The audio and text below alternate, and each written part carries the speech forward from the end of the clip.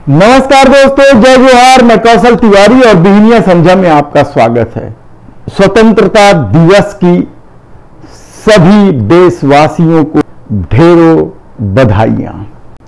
आज जब देश के प्रधानमंत्री नरेंद्र मोदी लाल किले से भाषण दे रहे थे तो एक क्षण के लिए भी नहीं लगा कि यह प्रधानमंत्री का भाषण है। ऐसा लगा कि इस देश में पिछले 70 सालों में कुछ हुआ ही नहीं। जो कुछ किया है वह नरेंद्र मोदी ने किया है। हालांकि उन्होंने स्पष्ट तौर पर नहीं कहा कि 2014 में ही आजादी मिली है, वरना वे यह कहने से भी नहीं चूकते तो कोई अचरज की बात नहीं होती, क्योंकि उसके पहले चाहे देश के प्रथम प्रधानमंत्री जवाहरलाल नेहरू हो, इंदिरा गांधी से लेकर अटल बिहारी वाजपेयी जो उनके ही पार्टी के प्रधानमंत्री, किसी ने इस देश के लिए काम ही नहीं किया है। तब सवाल यह है कि क्या प्रधानमंत्री नरेंद्र मोदी की सभा कोई चुनावी नुक्कड़ सभा नहीं थी? यकीनन आप जब पूरा भाषण सुनेंगे तो आपको यही लगेगा कि कोई पार्टी का नेता चुनावी भाषण दे रहा है और जिसने बेशर्मी की सारी हदें पार कर दी है।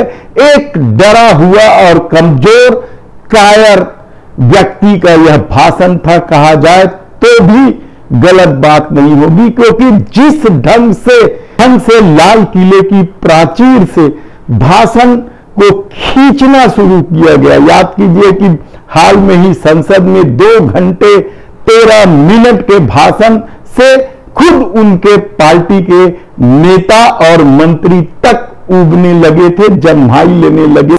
कमोबेश यही कुछ यहां हो रहा था। देश के प्रधानमंत्री ने विविधता की बात की, क्योंकि वे जानते हैं कि उनके भाषण पर पूरी दुनिया की नजर है। लेकिन क्या विविधता को उनकी पार्टी या वे खुद स्वीकार कर पाते हैं? कपड़ों में अपराध को पहचानने का ऐलान करने वाले नरेंद्र मोदी यदि ये कहते हैं कि विविधता ही भारत की पहचान है, तो यकीन मानिए कि यह एक कायर नेता का बयान है। क्योंकि उन्होंने इस दौर में अपनी तमाम योजनाएं तो गिनाई, लेकिन उन योजनाओं का हस्र क्या है यह बोलने से बचते रहे, केवल योजनाएं गिनाते रहे। लेकिन उन घोषणाओं में कहां है आदर्श ग्राम? सांसदों ने तो गोद लेना ही बंद कर दिया। कहां है स्मार्ट सिटी? कहा क्या हाल है आयुष्मान भारत योजना का? यह तो कैग की रिपोर्ट नहीं बता दिया।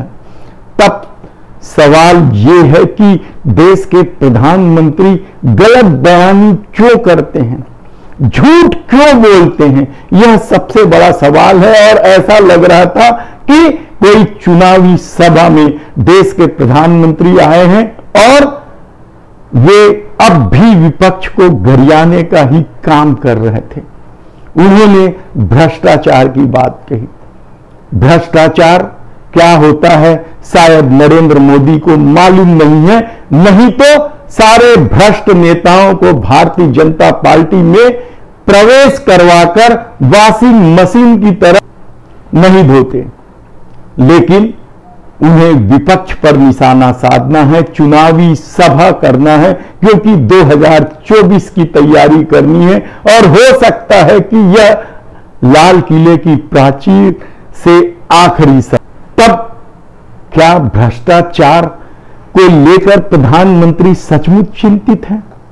किस तरीके से भ्रष्टाचारियों के साथ खड़े हैं प्रधानमंत्री और किस मुंह से और बेशर्मी से भ्रष्टाचारियों का विरोध करते हैं, आप खुद समझ सकते हैं। उन्होंने तुष्टीकरण की बात की। तुष्टीकरण हकीकत में कोई कर रहे हैं तो नरेंद्र मोदी कर रहे हैं। कुछ लंपटों और कट्टरपंथियों को खुश करने के लिए इस दौर में किस तरीके से तुष्टीकरण का खेल नहीं खेला गया, उन लंपटों के हाथ में तलवारें दे दी गई।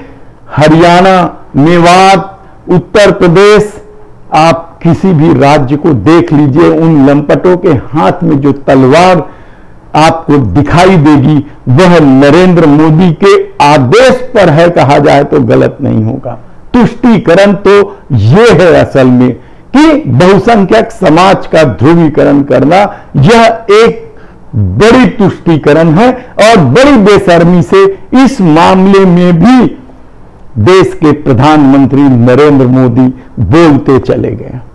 परिवारवाद को लेकर जब उन्होंने कहा तो सामने बैठे राजनाथ सिंह रक्षा मंत्री बेशर्मी से ताली बजा रहे थे, जबकि उनके ही बेटे विधायक हैं और फेरिस्त है। क्या जयेश शाह कोई बड़े प्रतिभा के दम पर बीसीसीआई के सचिव बने हैं?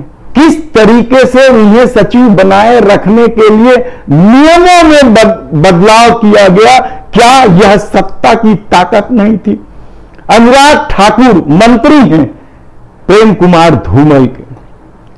विजया राजे सिंधिया की बेटी वसुंधरा राजे सिंधिया राजस्थान में मुख्यमंत्री रही और माधवराव सिंधिया के बेटे ज्योतिरादित्य सिंधिया खुद उनके सरकार में मंत्री हैं।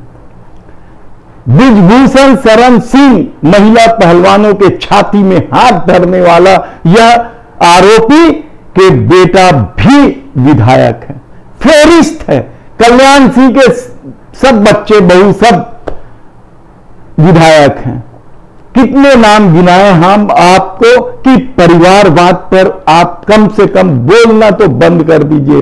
नारायण राणे को कितने नाम गिनाए आपके?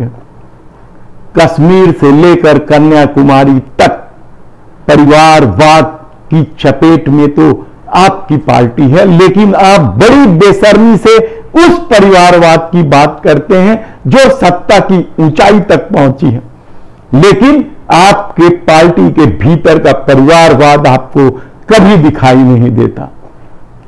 तब सवाल बहुत सारे सामने आते हैं कि किस बेशर्मी के साथ किस तरीके से इस देश को हाँका जा रहा है। और देश के प्रधानमंत्री ने मणिपुर पर भी 4 लाइन बोला। नारी सम्मान की बात करते हुए वे महाराष्ट्र तक पहुंच गए। नारी सम्मान क्या होता है हाथरस में आपको दिखाई नहीं देता। नारी सम्मान क्या होता है जब बिल्किस बानो के 1 दर्जन बलात्कारियों को आपकी सरकार, गुजरात की सरकार छोड़ देती है, समय के पहले रिहाई कर देती है, उसकी आरती उतारी जाती है, तब आपको नारी सम्मान नहीं दिखता है। मणिपुर में निर्वस्त्र करके महिलाओं की परेड कराई जाती है, तब आपका नारी सम्मान कहां गया था? और कठुआ में मासूम बच्ची के बलात्कारियों को किस तरीके से जुलूस निकालकर स्वागत किया गया, तब आपने नारी सम्मान की बात क्यों नहीं कही? और ब्रिजभूषण शरण सिंह जिन्होंने महिला पहलवानों के छाती में हाथ धरा, उसके खिलाफ भी तो कुछ नहीं किया गया। यानी केवल चुनावी लफाजी लाल किले की प्राचीर से हैरानी होती है। नरेंद्र मोदी जी ने एक बार भी नहीं कहा कि माफ कीजिएगा नरेंद्र मोदी जी, आपने एक बार भी नहीं कहा कि इस देश के अल्पसंख्यक अब सुरक्षित रहेंगे और उन लंपटों को जो तलवार उठाकर नारे लगाते हुए अल्पसंख्यकों पर अत्याचार कर रहे हैं वह नहीं करने दिया जाएगा। आपने एक बार भी नहीं कहा कि जिन दलित आदिवासियों के मुंह पर पार्टी के नेता पेशाब कर रहे हैं उस पर अब कड़ी कार्रवाई होगी, ऐसा नहीं होने दिया जाएगा। ना तो आपने दलितों